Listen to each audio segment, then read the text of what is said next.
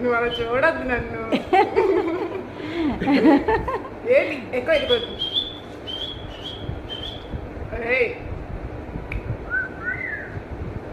ఏ కదా చూస్తున్నావు నన్ను? ఎక్కువ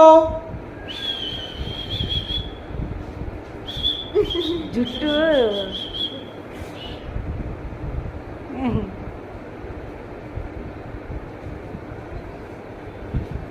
ఆలోచిస్తుంది.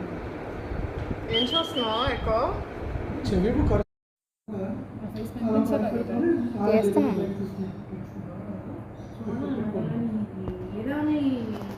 ఇంట్లో ఉంటే తలనొప్పి, బయటికి వెళ్తే పర్వాలేదు. అదే నేను అందుకే ముద్దుగా ఆఫీస్గా ఉన్నాను.